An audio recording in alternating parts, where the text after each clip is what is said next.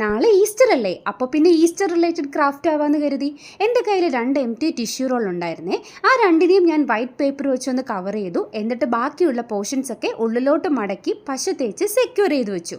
ഒരെണ്ണം വലുതും ഒരെണ്ണം ചെറുതും അങ്ങനെയായിരുന്നു ഞാൻ ഉണ്ടാക്കിയിരുന്നത്. അപ്പോൾ ഞാൻ ഉണ്ടാക്കാൻ പോകുന്നത് മുയൽക്കുട്ടന്മാരെയാണെന്ന് ആദ്യത്തെ ഫോട്ടോ കണ്ടപ്പോൾ തന്നെ മനസ്സിലായല്ലോ അല്ലേ. അപ്പോൾ അവർക്ക് വേണ്ട ചെവിയും കണ്ണും ഒക്കെ ഞാൻ വേറെ പേപ്പറിൽ വരച്ച് കളർ ചെയ്ത് വെച്ചിട്ടുണ്ടായിരുന്നു. അതൊക്കെ എടുത്ത് ഒട്ടിച്ചു കൊടുത്തു. മൂക്കിന് പകരം പോംപോം വെച്ചു കൊടുത്തു. അത് കഴിഞ്ഞ് പല്ലൊക്കെ വരച്ചു, പിന്നെ വിസ്കേഴ്സ് ഒട്ടിച്ചു കൊടുത്തു.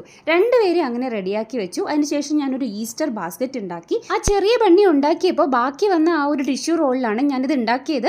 ജ്യൂട്ടിൻ്റെ ലേസ് ഒക്കെ ചുറ്റി അത് കഴിഞ്ഞൊരു ഗ്രീൻ കളർ ബോർഡറൊക്കെ കൊടുത്തു.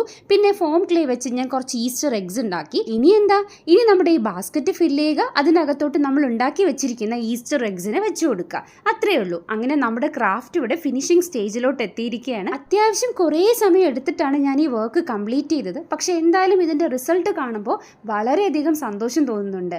നിങ്ങൾക്കും ഇത് ഇഷ്ടപ്പെട്ടു എന്ന് വിചാരിക്കുന്നു. അപ്പോൾ എല്ലാവർക്കും സന്തോഷകരമായിട്ടുള്ള ഒരു ഈസ്റ്റർ ആശംസിക്കുന്നു.